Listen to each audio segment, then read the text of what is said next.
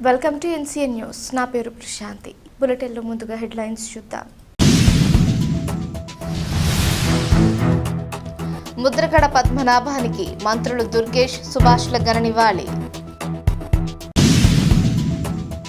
రాష్ట్ర రాజకీయాల్లో తనదైన ముద్ర వేసిన మాజీ మంత్రి, సీనియర్ రాజకీయ నాయకులు ముద్రగడ పద్మనాభం పార్థివ దేహానికి రాష్ట్ర మంత్రులు కందుల దుర్గేష్, వాసంశెట్టి సుభాష్ ఘనంగా నివాళులర్పించారు.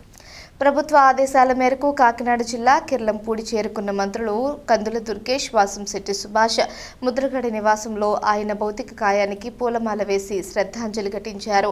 అనంతరం ముద్రగడ కుటుంబ సభ్యులను పరామర్శించి ప్రగాఢ సానుభూతి తెలిపారు.